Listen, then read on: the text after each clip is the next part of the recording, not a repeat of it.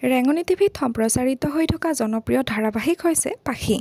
পাখি ধাৰাবাহিকত মোৰ দেউতাকৰ চৰিত্ৰত অভিনয় কৰা অভিনেতাজনৰ বিষয়ে বাৰু আপোনালোকে জানিব বিচাৰে নেকি? তেখেতৰ প্ৰকৃত নাম, প্ৰকৃত ঘৰ আৰু তেখেতে বৰ্তমান কি কৰি আছে, ক'ত থাকে, এই সকলোবোৰ এই ভিডিঅ'টোৰ জৰিয়তে আপোনালোকক জনাবলৈ চেষ্টা কৰিম। নমস্কাৰ বন্ধু-বান্ধৱীসকল, ৰেঙনি টিভিত পাখি ধাৰাবাহিকত মোৰ দেউতাকৰ চৰিত্ৰত অভিনয় কৰা অভিনেতাজনৰ প্ৰকৃত নাম হৈছে জ্যোতিনাৰায়ণ নাথ।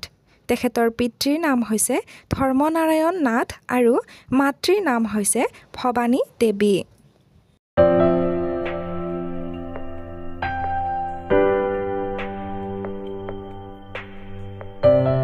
তেখেতৰ জন্ম হৈছে 1972 চনৰ 19 জুন তাৰিখে। তেখেতৰ ঘৰ গুৱাহাটীত। পৰিয়ালৰ বিষয়ে জানিবলৈ গ'লে তেখেতৰ পত্নী আৰু পুত্ৰ-কন্যা আছে। আমি যদি তেখেতৰ শিক্ষা জীৱনৰ কথা জানিবলৈ যাওঁ তেতিয়াহ'লে তেওঁ কটন কলেজৰ পৰা HS কমপ্লিট কৰে আৰু তাৰপিছত বি বৰুৱা কলেজ আৰু আৰ্য বিদ্যাপীঠ কলেজত পঢ়ে।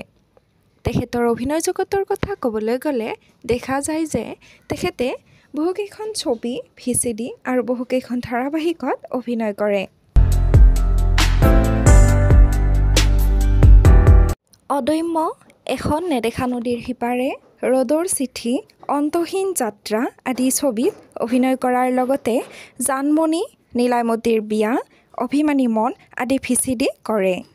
তেখেতে অভিনয় কৰা ধাৰাবাহিক কেইখনমান হৈছে জোনাকৰ বৰষুণ, ৰং জীৱনৰ, পাতাল ভৈৰাবী, দাপোন, দুটি মনৰ জোনাক আৰু বৰ্তমান পাখি ধাৰাবাহিকত মোৰ দেউতাকৰ চৰিত্ৰত অভিনয় কৰি আছে।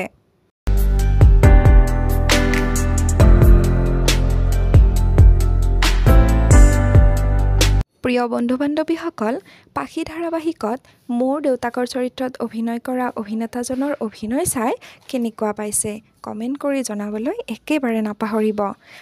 আগলৈ এনেদৰে নতুন নতুন বায়োগ্ৰাফি ভিডিঅ' পাই থাকিবলৈ এই চেনেলটো ছাবস্ক্ৰাইব কৰি ৰাখিব। আকৌ লগ পাম এটি নতুন বায়োগ্ৰাফি ভিডিঅ'ৰ সৈতে। আজিলৈ ধন্যবাদ।